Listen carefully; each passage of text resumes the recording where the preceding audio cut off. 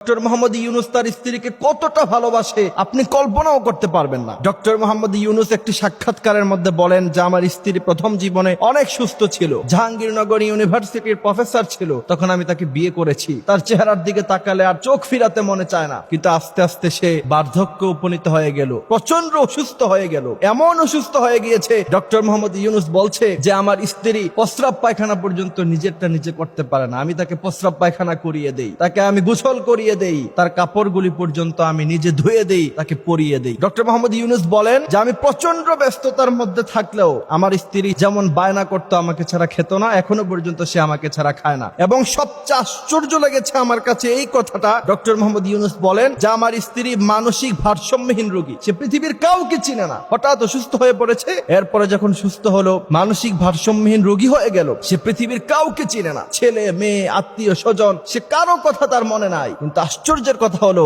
সে শুধুমাত্র গোটা পৃথিবীতে একমাত্র একজনকে চিনে, সেটা হচ্ছে আমি, তার স্বামী। একজন স্ত্রীকে একটা মানুষ কতটুকু ভালোবাসলে পরে মানসিক ভারসাম্যহীনতায়, এবং সে যখন প্রচন্ড অসুস্থ, সারা পৃথিবীর কাউকে যখন সে চিনে না, কিন্তু সে তার স্বামীকে চিনে, কতটুকু ভালোবাসলে পরে সে তার স্বামীকে চিনে, বুঝতে পারেন? ডক্টর মোহাম্মদ ইউনূস তার ব্যক্তিগত জীবন জানেন, সারা পৃথিবী তাকে চিনে, আমেরিকা যুক্তরাষ্ট্র থেকে শুরু করে জাপান, জার্মান, গোটা ওয়ার্ল্ডের যতগুলি ধনী রাষ্ট্র আছে সবাই তাকে সেলুট করে। এত বড় ব্যক্তি হওয়ার পরেও সে যদি তার স্ত্রীকে খাবার খাইয়ে দিতে পারে, সে যদি তার স্ত্রীকে গোসল করিয়ে দিতে পারে, আপনি কি কলিমুদ্দিন সলিমুদ্দিন হইছেন মিয়া? আপনি আপনার স্ত্রীকে ধমক ছাড়া কথাই বলে না। স্ত্রীর সাথে হাসি দিয়ে নরম ভাষায় কথা বলাকে বাঙালি জাতি মনে করে ওই পুরুষ মনে হয় কাপুরুষ, সেটা কাপুরুষ নয়। বিশ্ব নবীর ব্যাপারে হাদিস এসেছে, আম্মা জান আয়েশা রাদিয়াল্লাহু তাআলা আনহা বলছেন যে বিশ্ব নবী সাল্লাল্লাহু আলাইহি সাল্লাম ছিলেন পৃথিবীর মধ্যে সবচেয়ে রোমান্টিক স্বামী। সুবহানাল্লাহি ওয়া বিহামদিহি সুবহানাল্লাহিল আযীম। আম্মা জান আয়েশা বলছেন যুদ্ধের ময়দান থেকে বিশ্ব নবী ফিরলো, তিনি এসে বললেন, আয়েশা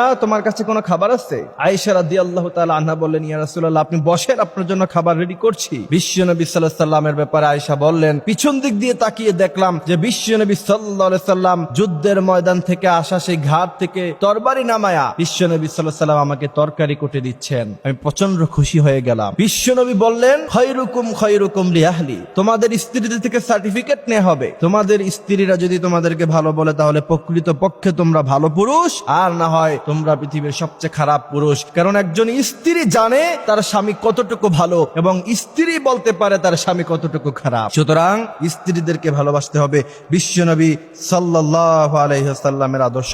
আজকে আমাদের সমাজ ব্যবস্থা হয়েছে এমন, স্ত্রীকে যদি কেউ একটু বেশি ভালোবাসা দেখাতে চায় বলেছে বউ পাগল। আমি বলি বউ পাগল হচ্ছে ওই সমস্ত ছেলেরা যারা চরিত্রবান হয়, যারা কখনো অন্য মেয়ের দিকে তাকায় না, অন্য মেয়ের সৌন্দর্য দেখে যারা আনন্দিত হয় না, তারাই তাদের স্ত্রীদের সৌন্দর্য দেখে সবচেয়ে বেশি আনন্দিত হয়। এই জন্য প্রিয় ভাইরা আমার, আল্লাহ পাক আমাদেরকে এই কথাগুলি বোঝার, মানার তৌফিক দান করুক। আমিন।